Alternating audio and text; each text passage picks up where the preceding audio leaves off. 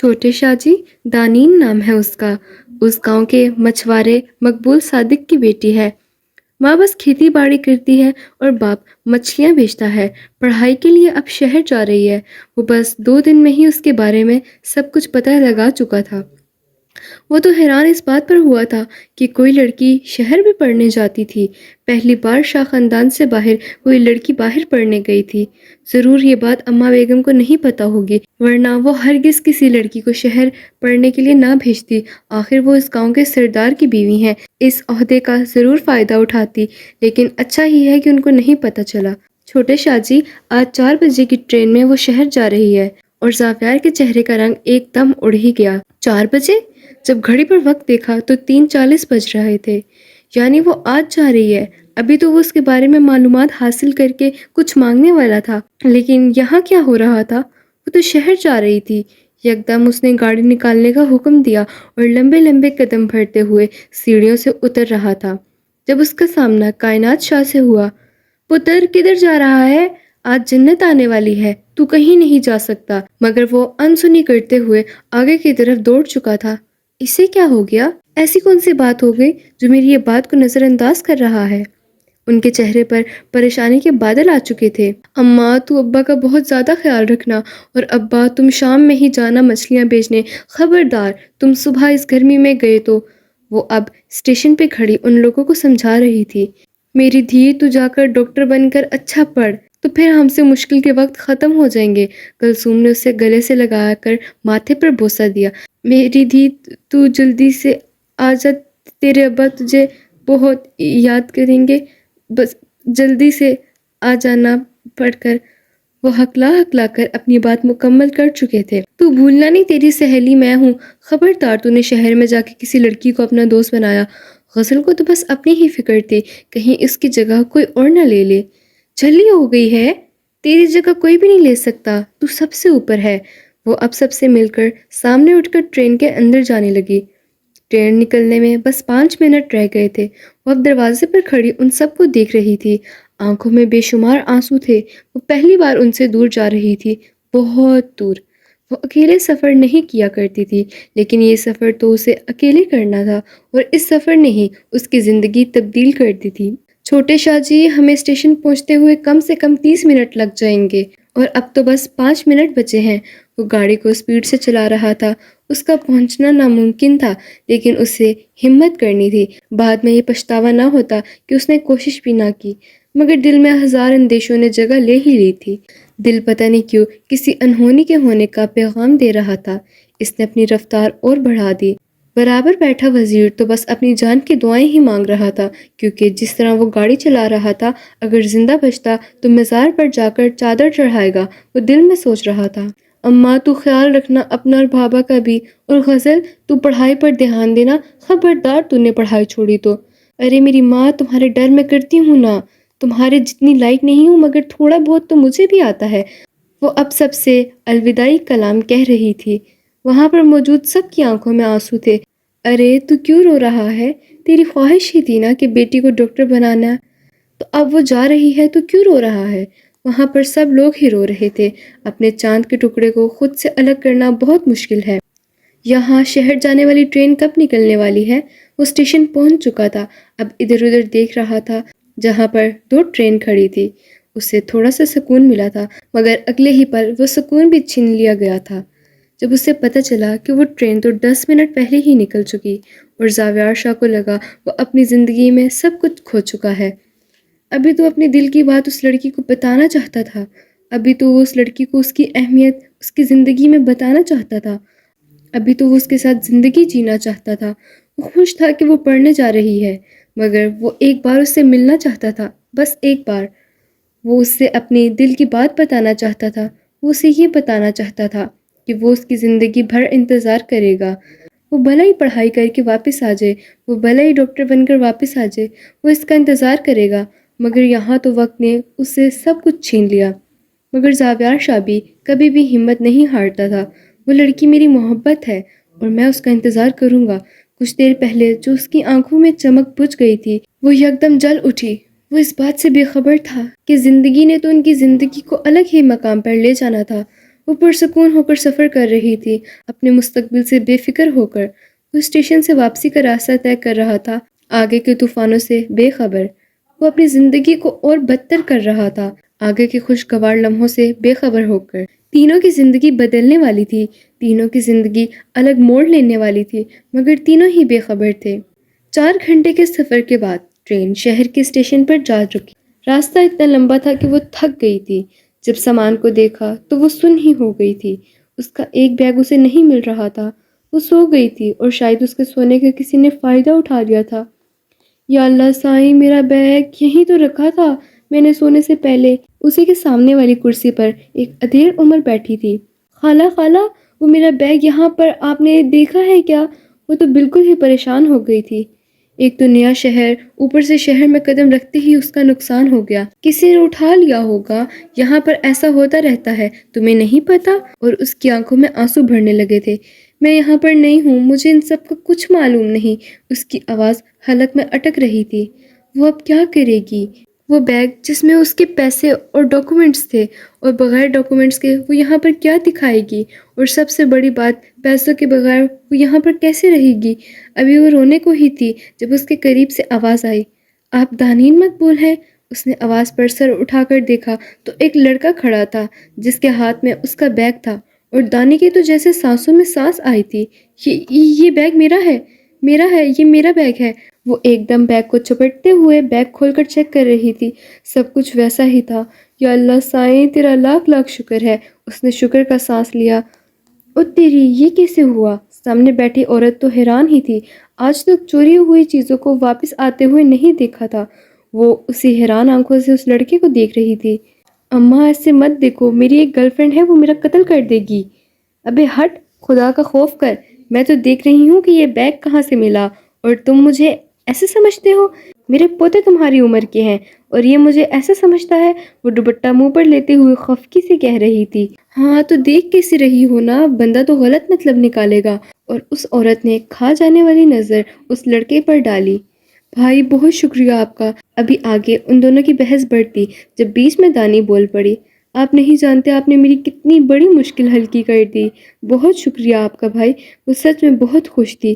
کوئی بات نہیں بہن، جب ٹرین کے باہر ایک لڑکے کو اس بیگ کو کھولتے ہوئے دیکھا تو میں سمجھ گیا تھا کہ وہ چور ہے، بس میں نے اس سے بیگ لیا۔ آپ کے بیگ میں جو آپ کے کارڈ تھا، اس کی مدد سے میں آپ کے پاس پہنچ گیا۔ وہ بہت نرم لہجے میں کہہ رہا تھا۔ چلو بہن، خیال رکھنا۔ وہ اب مڑنے ہی لگا تھا جب دانی نے پیچھے سے آواز دی، نام کیا ہے آپ کا؟ نہ جانے کیوں لیکن اس مہربان انسان کا نام وہ جاننا چاہتی تھی۔ آدم۔ وہ اپنا نام بتا کر اب ٹرین سے نکل چکا تھا۔ وہ یہاں آیا تو کسی کام کے سلسلے میں تھا، مگر یہاں تو دوسرا کام ہی پڑ گیا۔ دانی بھی اپنا سارا سامان نکال کر اب ٹرین سے باہر نکل چکی تھی۔ یہ کہاں مر گیا؟ بلیک ڈیول گاڑی میں بہت دیر اس کا انتظار کرتا رہا، لیکن اس کا تو کوئی اتا پتہ ہی نہ تھا۔ ان کو خبر ملی تھی کہ فاروق کا بیٹا اس ٹرین سے آنے والا ہے، اور وہ لوگ فاروق کے بیٹے کو کڈنیپ کرنے کے ارادے سے یہاں آئے تھے، مگر یہاں تو سین ہی الٹا لگ رہا تھا۔ 20 منٹ بعد آدم گاڑی میں آ کر بیٹھا اور پانی کی بوتل ایک ہی سانس میں پی گیا۔ بلیک ڈیول تو بس اسے کھا جانے والی نظروں سے دیکھ رہا تھا۔ کہاں مرے ہوئے تھے؟ وہ گرایا تھا۔ وہ جب اپنی سانسیں بحال کر چکا تھا تو پھر آہستہ مگر سوچ سمجھ کر بولا، بھائی فاروق کا بیٹا میں نے دیکھا تھا۔ میں جب اس کی طرف بڑھنے ہی لگا تھا کہ میں نے ایک لڑکے کو دیکھا جو کسی لڑکی کا بیگ چرا کر اسے دیکھ رہا تھا۔ مجھے ترس آ گیا تھا اس لڑکی پر، کیونکہ اس بیگ میں سب کچھ موجود تھا۔ ضرور اس لڑکی نے اپنا سارا سامان اس بیگ میں رکھا ہوگا جو اس نے چوری کیا ہوا ہے۔ تو مجھے یہ لگا کہ مجھے وہ آگے بول رہا تھا کہ بلیک ڈیول شعلہ برساتی نظروں سے اسے دیکھ رہا تھا۔ اور وہ لڑکی تیری کیا لگتی تھی؟ طنزیہ لہجے میں اور کھا جانے والی نظروں سے آدم گڑبڑایا۔ بھائی، جب میں نے اسے بیگ دیا تو وہ بہت شکریہ ادا کر رہی تھی، جس سے میں سمجھ گیا تھا کہ وہ بیگ اس کے لیے کتنا ضروری ہوگا۔ سوچے کہ ہم نے ایک اچھا کام کیا۔ اچھے کام اچھے لوگ ہی کرتے ہیں آدم، ہم اچھے لوگ نہیں ہیں۔ یہ اچھائی ہم سالوں پہلے چھوڑ چکے ہیں، اب ہمارے اندر سے اچھائی کا کوئی بھی نام نہیں ہے۔ اور تمہیں کیا لگتا ہے تم نے کسی کی مدد کر کر بہت اچھا کیا؟ وہ اس کی گردن دبوچ کر اسے سیٹ سے زور سے لگا چکا تھا۔ وہ ایسا ہی تھا، غصہ اتنا تھا کہ اس نے یہ بھی نہ دیکھا کہ سامنے کون ہے، لیکن آدم جانتا تھا یہ غصہ اس کے اندر کا درندہ کر رہا ہے۔ دل سے تو وہ بلیک ڈیول کو اچھے سے جانتا تھا، تو کبھی اس نے اس کی بات کا برا نہیں مانا تھا۔ وہ اسے بھائی کہتا تھا تو وہ اسے مانتا بھی تھا، اور بلیک ڈیول بھی آدم کے لیے جان دے سکتا تھا۔ یہ بات آدم بھی جانتا تھا۔ بھائی بھائی اس کے حلق سے آواز نکل رہی تھی، مگر وہ پوری کوشش کر رہا تھا۔ ابھی وہ آگے کچھ کرتا کہ کسی نے کھڑکی کو بجایا تھا۔ معاف کرو، بلیک ڈیول کھڑکی کی طرف نہ دیکھتے ہوئے بولا۔ اس کی گردن پر زور اور مضبوط کر چکا تھا۔ کھڑکی کے باہر ایک بار پھر سے دستک ہوئی۔ اسے لگا کہ کوئی مانگنے والا ہوگا، تو وہ بغیر دیکھے ہی جواب دے رہا تھا۔ اب کی بار کھڑکی زور سے بجنے لگی۔ اس نے غصے میں اس کا گلا چھوڑا اور کھڑکی کی طرف دیکھنے لگا، اور جیسے ہی اس نے کھڑکی کی طرف دیکھا وہ ساکت ہو گیا تھا۔ بلیک ڈیول پہلی بار ساکت ہوا تھا، پہلی بار وہ اپنی نظریں ہٹا نہیں پا رہا تھا۔ آدم پانی لے کر اپنی سانسیں بحال کرنے کی کوشش کر رہا تھا، اور بلیک ڈیول تو بس اس کھڑکی کے پار اس لڑکی کو دیکھ رہا تھا۔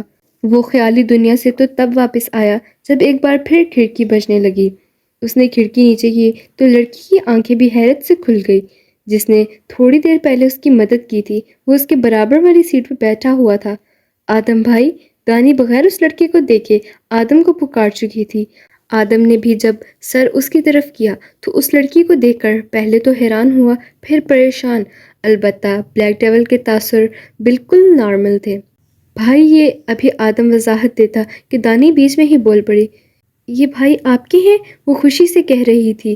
چہرے پر ایک خوبصورت سی مسکراہٹ اس نے سجا دی تھی جس نے اس کے چہرے میں اور بھی رونق بھر دی تھی۔ پہلی بار بلیک ڈیول کو کسی لڑکی کا یوں دیکھنا یا مخاطب کرنا اچھا لگا تھا۔ آپ کے بھائی بہت اچھے ہیں، میرا بیگ چوری ہو گیا تھا، انہوں نے ہی مجھے لا کر دیا، بہت اچھے ہیں وہ۔ آدم اس کی بات پر مسکرایا تھا، اور دوسری طرف بلیک ڈیول کا تو منہ ہی بن گیا تھا۔ آپ کو کچھ کام ہے؟ وہ سنجیدہ لہجے میں دانی سے مخاطب تھا۔ دانی نے اپنے سر پر ہاتھ مارا اور پھر بولی، یا اللہ سائیں، جس کام کے لیے آئی تھی وہ تو میں بھول گئی۔ یہ ایڈریس آپ بتا سکتے ہیں؟ اصل میں نے ایک دو لوگوں سے پہلے بھی پوچھا، لیکن ان کی نظریں مجھے ٹھیک نہیں لگی، اور میں نے یہاں پر ٹیکسی والوں سے بھی پوچھا تو کوئی 1000 روپے کہہ رہا تھا، کوئی 1500 تو کوئی 2000، لیکن مجھے سمجھ نہیں آ رہی اس کا کرایہ اصل کیا ہے۔ اسی لیے آپ مجھے یہاں کا ایڈریس سمجھا سکتے ہیں اور مجھے کرایہ بھی بتا دیتا کہ میں اتنا ہی کرایہ دوں۔ اب میرے ابا حرام کا تھوڑا ہی کماتے ہیں جو ان ٹیکسی والوں کو دے دے کر ختم کر دوں۔ وہ نان سٹاپ بولے جا رہی تھی۔ حقیقت میں تو آدم کا سر چکرانے ہی لگا تھا، پہلے بلیک ڈیول کا حملہ اور پھر اب اس کی باتیں جو سر سے گزر رہی تھی۔ وہ اتنا سپیڈ میں بولی تھی کہ آدھی باتوں کو تو سمجھ آنا بھی بہت مشکل تھا، اور آدھی سر سے گزر جاتی تھی۔ بلیک ڈیول نے پہلے وہ ایڈریس دیکھا اور پھر نرمی سے بولا، آپ آ جائیں، میں آپ کو چھوڑ دیتا ہوں۔ جہاں دانی نے حیران ہو کر اسے دیکھا، دوسری طرف آدم کا تو منہ ہی کھل گیا۔ اسے لگا وہ کوئی خواب دیکھ رہا ہے۔ بلیک ڈیول کی گاڑی میں کوئی لڑکی، یہ خواب ہو سکتا ہے؟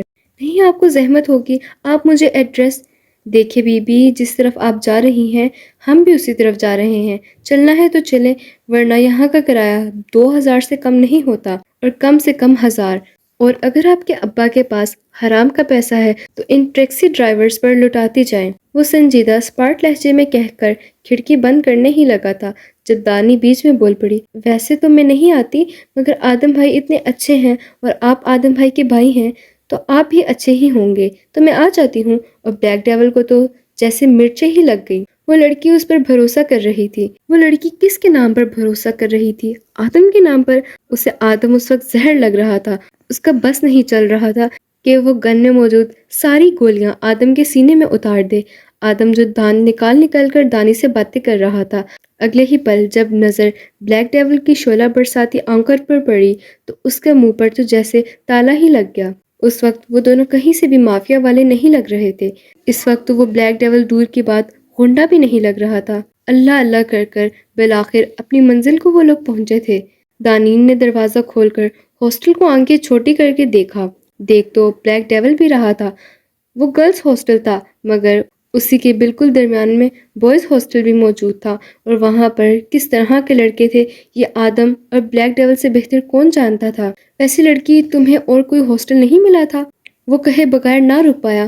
ہاں ہاں، میں تو بل گیٹس کی بیٹی ہوں نا۔ جو اپنے لیے کوئی پرسنل ہاسٹل بک کرواتی۔ آدم تو بس مسکراتا ہی رہ گیا۔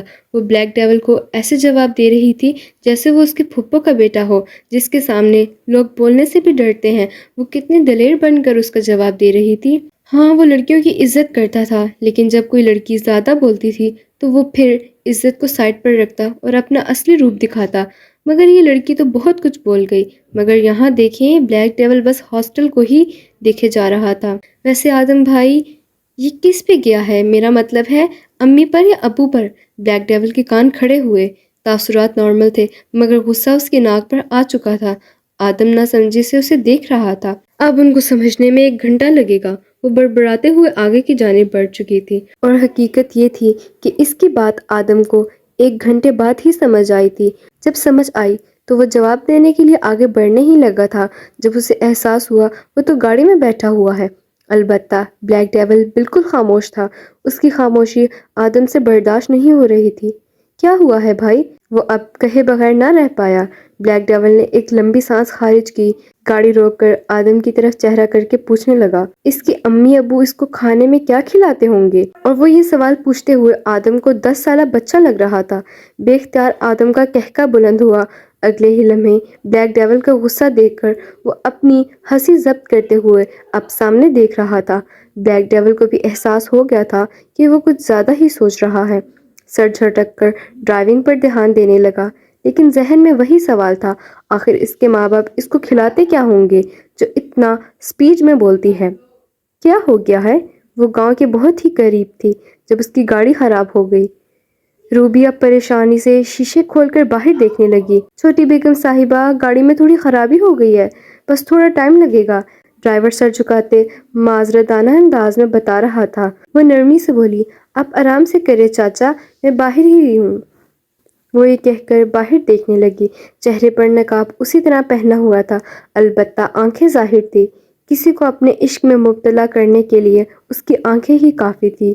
تو سمجھتا کیا ہے خود کو؟ ہاں، ذوالفقار حاتم الوی نام ہے میرا۔ میرے ساتھ ہوشیاری کرنے کا تو سوچا بھی کیسے تو نے؟ جہاں پر گاڑی خراب ہوئی تھی اسی کے تھوڑے ہی فاصلے پر ذوالفقار حاتم الوی ایک بندے کو پکڑے اس پر گرا رہا تھا۔ بے اختیار روبی کی نظریں اس منظر پر گئی۔ اگلے ہی پل اس نے سر جھٹک کر پھر سامنے کی سبز کھیتوں میں نظر ڈالی۔ تجھے تو میں دیکھ لوں گا۔ وہ گراتے ہوئے اس آدمی کو دور پھینک چکا تھا۔ چھوٹے بابا، گھر چل کر دیکھتے ہیں اس کا کیا کرنا ہے۔ اس کا ملازم اسے ٹھنڈا کرنے کی کوشش کر رہا تھا، اور وہ اسی لہجے میں اسے کھا جانے والی نظروں سے دیکھ رہا تھا۔ گاؤں میں گرمی کی شدت بہت زیادہ بڑھ چکی تھی۔ لوگوں کے لیے باہر نکلنا بہت مشکل ہو چکا تھا۔ اے سی کی ہوا اب کھڑکی کھولنے کی وجہ سے بالکل ختم ہو چکی تھی۔ اس نے اپنا نقاب اٹھا کر اوپر کیا، اپنا بیگ کھول کر پانی کی بوتل نکال کر اب وہ پانی پینے لگی۔ گرمی کی وجہ سے گلا بالکل خشک ہو چکا تھا۔ پانی پی کر اسے اپنے اندر ٹھنڈک کا احساس ہونے لگا۔ ذوالفقار جب مڑنے ہی لگا تھا تو دور ایک گاڑی پر اس کی نظر پڑی۔ وہ تھم گیا۔ وہ اس گاڑی کو دیکھ کر نہیں تھما تھا، وہ اس لڑکی کو دیکھ کر تھم چکا تھا جو اب گھونٹ و گھونٹ اپنے گلے سے نیچے پانی اتار رہی تھی۔ اس کی آنکھیں بالکل ایسی تھی کہ کسی کو بھی پاگل کر سکتی تھی۔ اس کے گلابی رخسار، وہ بس اسے دیکھتا ہی گیا۔ اس کے پاس کی ساری آوازیں تھم چکی تھی۔ اسے کوئی آواز نہیں سنائی دے رہی تھی، اسے کوئی دکھائی نہیں دے رہا تھا۔ وہ بس ایک الگ ہی کیفیت میں چلا گیا۔ اس کیفیت سے تو وہ تب باہر آیا جب اسے احساس ہوا کہ گاڑی آگے نکل چکی ہے۔ تبھی اس نے اپنے پیچھے سے آواز سنی، یہ تو عزیز شاہ کی بیٹی کی گاڑی ہے۔ اس نے بے اختیار ہو کر ملازم کو آگے بلایا تھا۔ وہ اب تصدیق چاہتا تھا۔ اتنا تو وہ جان گیا تھا کہ وہ لڑکی کسی معمولی خاندان سے تو نہیں تھی، اور یہاں پر وہ صرف 2 ہی گاؤں تھے۔ اگر گاڑی آگے کی طرف جا رہی تھی تو اس کا مطلب تھا وہ شاہ حویلی کی مکین ہے، لیکن کیا وہ عزیز شاہ کی بیٹی ہے؟ وہ اس بات پہ اپنی تصدیق چاہتا تھا۔ ارے ہاں چھوٹے سائیں، شاہ حویلی والوں کی سب کی اپنی اپنی گاڑیاں ہیں، اور میں اچھے سے جانتا ہوں یہ گاڑی ان کی بیٹی کی ہے۔ وہ یقیناً ان کی بیٹی ہی تھی، اور ذوالفقار کی آنکھیں یکدم افسوس سے بند ہو چکی تھی۔ ایک تو اتنی خوبصورت لڑکیاں دشمنوں کے گھر ہی پیدا ہوتی ہیں۔ وہ ماتھا مسلتے ہوئے اب گاڑی میں بیٹھ چکا تھا، مگر ذہن میں تو بس وہ چہرہ ہی نقش ہو چکا تھا جو اتنی آسانی سے تو نکلنے والا نہ تھا۔ اماں ابا، تم لوگ ٹھیک تو ہو نا؟ اور غزل کیسی ہے؟ وہاں پر سب ٹھیک تو ہے نا؟ کوئی پریشانی تو نہیں ہے؟ اسے شہر پہنچے 4 دن ہو چکے تھے۔ وہ 4 دن بعد اپنی اماں ابا سے بات کر رہی تھی۔ آنکھیں بالکل نم تھی اور جب ماں باپ کی آواز کانوں تک آئی تو آنسوؤں میں اور بھی روانگی آ چکی تھی۔ میری دھی، یہاں پر سب ٹھیک ہے؟ تو ٹھیک ہے نا؟ وہاں پر کوئی پریشانی تو نہیں ہوئی؟ اور تو جہاں پر رہ رہی ہے وہ کیا کہتے ہیں اس کو؟ اماں ہاسٹل۔ وہ ان کا جملہ مکمل کر کے اب مزید 2 4 باتیں کر کے فون بند کر چکی تھی۔ وہ ٹرین میں ہوا واقعہ انہیں بتا کر پریشان نہیں کرنا چاہتی تھی۔ وہ تو بالکل چپ ہو گئی۔ وہ دوسرے دن ہی یونیورسٹی گئی تھی، لیکن وہاں کا ماحول دیکھ کر ایک پل کے لیے تو وہ ٹھہر سی گئی۔ وہ ان سب میں سچ میں مس فٹ تھی۔ ان لوگوں کی ڈریسنگ سینس دیکھ کر ایک پل کے لیے تو وہ ہکا بکا رہ گئی۔ وہ جانتی تھی شہر کے لوگ کھلے دماغ کے ہوتے ہیں۔ اس دن کے بعد سے اس کی آدم اور بلیک ڈیول سے کوئی بات نہ ہوئی تھی۔ آدم تو اس سے پہلی نظر میں ہی اچھا انسان لگنے لگا تھا، اس لیے اس نے راستے میں ہی اس کا نمبر لے لیا تھا۔ اتنے بڑے شہر میں وہ اکیلی تھی، ایک انسان ہی اسے سچا لگا تھا اور وہ تو اسے بہن کہتا تھا، تو بہن کی مدد تو کرنے کے لیے تو بہن کی مدد کرے گا نا اگر کبھی بھی اسے اس کی ضرورت پڑی۔ وہ یہی سوچ رہی تھی جب اگلے ہی پل اس کے بھائی کا خیال اس کے ذہن میں آیا۔ اللہ سائیں، کتنا کھڑوس تھا وہ! اگر میرا ایسا بھائی ہوتا تو میں اسے نالے میں دھکا دے دیتی۔ بیچارے آدم بھائی کتنا ڈرتے ہیں ان سے۔ اچھی خاصی بات کر رہے تھے مجھ سے گاڑی میں، مگر وہ اتنا غصے سے انہیں دیکھ رہے تھے جیسے کوئی گناہ کر لیا ہو انہوں نے، کھڑوس نہ ہو تو۔ وہ یہ باتیں سوچتے ہوئے جب یونیورسٹی پہنچی تو اسے ایک ہجوم کا سامنا کرنا پڑا۔ سب لوگوں کے چہرے پر خوف کی ایک الگ ہی لہر وہ دیکھ سکتی تھی۔ وہ بالکل یہ سب جاننے سے قاصر تھی کہ کیا ہوا، اور نہ وہ یونیورسٹی میں کسی سے پوچھ سکتی تھی کیونکہ اس کی کوئی بھی دوست یہاں نہ بنی تھی۔ کافی دیر سے وہ سب لوگوں کو دیکھ رہی تھی جب 2 لڑکیاں آپس میں بات کر رہی تھی اور ان کی آواز اس کے کانوں تک ٹکرائی۔ بہت بے دردی سے اس کی آنکھیں نکالی ہیں، زبان تو ایسی کاٹی ہے وہ کبھی بول ہی نہ پائے۔ مجھے تو خوف آ رہا ہے، آنکھیں نکال لی گئی ہیں، زبان کاٹی ہے، وہ اپنے منہ میں ہی بڑبڑا رہی تھی جب ایک لڑکی اس کے قریب آ کر اسے پریشان کر دینے والا قصہ بتانے لگی۔ کسی نے بوائز ہاسٹل میں کل رات ایک لڑکے کی آنکھیں نکال کر اس کی زبان کاٹ دی تھی۔ صبح یہ بات پوری یونیورسٹی میں پھیل گئی۔ وہ لڑکا اور کوئی نہیں بلکہ وہی تھا جو دانی کو پہلے دن پریشان کرنے کے ارادے سے آیا تھا۔ وہ صرف دانی کو ہی نہیں بلکہ آتی جاتی لڑکیوں کو گندے اشارے کرتا تھا، آنکھ مارنا، منہ سے غلط بولنا اور بے حیا لفظ کا ادا کرنا۔ دانی کو اس پر بہت غصہ آیا لیکن وہ کچھ نہ کر سکتی تھی۔ اس کی یہ حالت سن کر اسے خوشی بھی ہوئی اور خوف بھی آیا۔ کس نے کیا ہے یہ سب؟ کون کر سکتا ہے؟ وہ ان سے سوالات کرنے لگی۔ جب پرنسپل کے پیچھے سے آواز آئی تو وہ سب اپنی کلاسز میں جانے لگے۔ وہ بھی اپنے سر پر دوپٹہ ٹھیک کرتے ہوئے اپنی کلاس کی طرف بڑھی تھی۔ اللہ سائیں، مجھے سمجھ نہیں آتا اس ٹیچر کا میں کون سا بندہ لے کر بھاگی ہوں جو فضول کے مشورے میرے بابا سائیں کو دے رہا ہے۔ زاویار کے لیے وہ آگے اپنی پڑھائی مکمل کرنا چاہتی تھی۔ جب اس نے یہ بات حاتم الوی سے کہی تو انہوں نے اپنی بچپن کی ٹیچر جنہوں نے ماہی کو کلاس 1 سے لے کر میٹرک کروائی تھی ان سے مشورہ لینا زیادہ بہتر سمجھا، اور وہ ٹیچر ماہی کی رگ رگ سے واقف تھی۔ ماہی نے تو تماشا لگا دیا تھا کہ کسی اور سے پوچھ لو، چاہے بنگالی بابا سے پوچھ لو، لیکن اس سے نہ پوچھو۔ لیکن بابا سائیں تھوڑے ہی سمجھنے والے تھے اور انہوں نے ٹیچر سے مشورہ کر لیا، اور جیسے ہی ماہی نے سوچا بالکل ویسا ہوا۔ ٹیچر نے ہرگز اسے مایوس نہیں کیا تھا۔ دیکھیں حاتم صاحب، میرا تو یہی مشورہ ہے کہ آپ اس کی شادی کروا دیں، کیونکہ میں ہی جانتی ہوں کہ میں نے اسے میٹرک کیسے کروایا ہے۔ ایک کلاس میں 3 دفعہ تو یہ فیل ہو کر آتی تھی۔ 24 سال کی عمر میں اس نے میٹرک کلیئر کیا ہے۔ اب آگے آپ سوچ سکتے ہیں۔ اگر آگے پڑھائی کا سوچ رہی ہے تو امید ہے کہ اگلی کلاس یہ 28 سال کی عمر میں پاس کر پائے گی۔ ویسے یہ امید ہو سکتی ہے 30 سال بھی کر لیں۔ اور پردے کے پیچھے چھپی ماہی کو تو غصہ ہی چڑھ گیا۔ اللہ سائیں، یہ قتل معاف ہوتا تو میں اس عورت کا ہی کرتی۔ بھلا بتاؤ، شاہ خاندان کی بہو میٹرک پاس! کیا سوچیں گے لوگ میرے بارے میں؟ جب تک یہ عورت زندہ ہے نا مجھے کبھی آگے نہیں بڑھنے دے گی۔ آج تو بس گھر پہنچ، اللہ سائیں کی قسم تجھے گھر سے نہ اٹھا لیا تو میرا نام بھی ماہی حاتم الوی نہیں۔ وہ جوش میں یہ بول چکی تھی اور وہ پردہ ہٹا کر جوش میں آگے بڑھنے لگی۔ تب اسے ہوش آیا کہ وہ تو چھپی ہوئی تھی، لیکن وہ تو شکر تھا کہ کسی کو نظر نہیں آئی۔ وہ وہ شکر کا سانس لیتے ہوئے بالکل چوہوں کی طرح نیچے ہو کر باہر نکلی۔ آدم بھائی، مجھے آپ سے ملنا ہے۔ یونیورسٹی ختم ہوتے ہی اس نے پہلی کال آدم کو ملائی۔ وہ بھی اس کی کال دیکھ کر مسکرانے لگا۔ آپ رہتے کہاں ہیں؟ 15 منٹ کے بعد آدم نے اسے یونیورسٹی سے پک کیا۔ وہ آج تک کسی لڑکے کے ساتھ گاڑی میں نہ بیٹھی تھی، مگر پتہ نہیں کیوں آدم سے اسے ڈر نہیں لگ رہا تھا، اسے اپنائیت کا احساس ہو رہا تھا۔ وہ اسے دل سے بھائی کہتی تھی اور وہ بھی اسے دل سے بہن سمجھتا تھا۔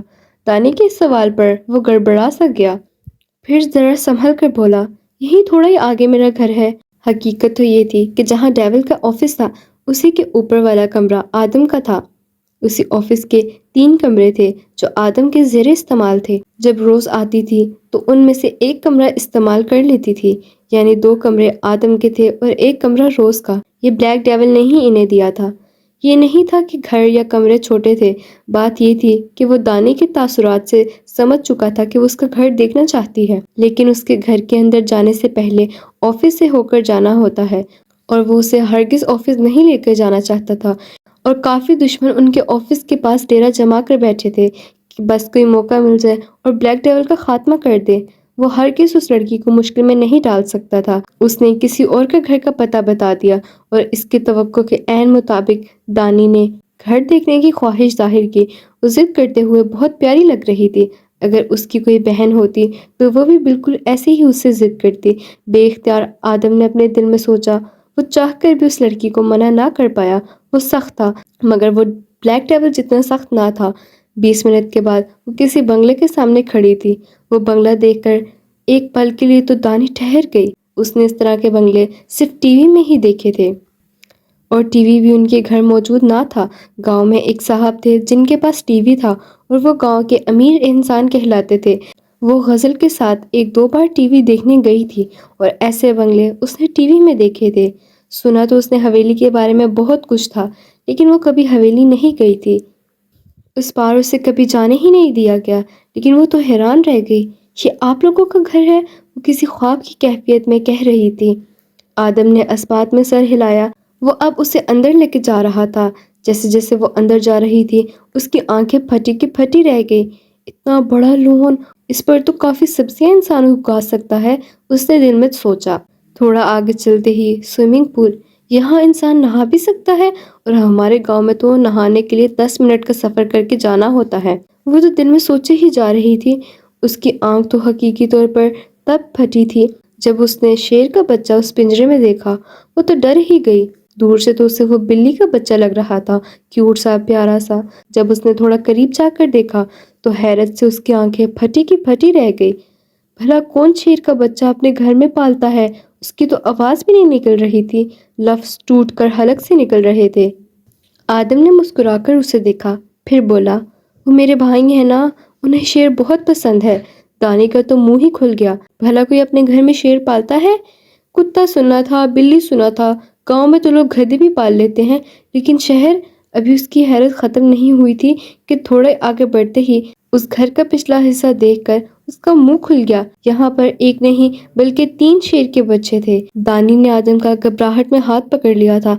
آدم بھائی آپ مجھے بہن کہتے ہیں نا، تو وعدہ کریں آپ مجھے مرنے نہیں دیں گے، ورنہ آج تو مجھے لگ رہا ہے ان شیروں کا کھانا بننے والی ہوں میں۔ لیکن ایک منٹ، اگر یہ شیر مجھے کھا گئے تو میں واپس کیسے جاؤں گی؟ یا اللہ سائیں بچا لے مجھے۔ وہ دل میں دعائیں مانگ رہی تھی، اور آدم اس کی یہ کیفیت دیکھ کر اپنی ہنسی نہیں روک پا رہا تھا۔ اسے ہنستا دیکھ کر دانی اس سے گھورنے لگی۔ بہت مشکل سے اس نے اپنی ہنسی ضبط کی۔ اب وہ اس کو لے کر اندر کی جانب بڑھ چکا تھا۔ اندر سے گھر ایک عالی شان محل کی طرح تھا۔ سب چیزیں اپنی جگہ پر موجود تھی۔ سامنے ہی بہت خوبصورت سا ڈرائنگ روم موجود تھا، جس میں ٹی وی تو اتنا بڑا تھا کہ دانی تو بس اس ٹی وی کو ہی دیکھتی رہ گئی۔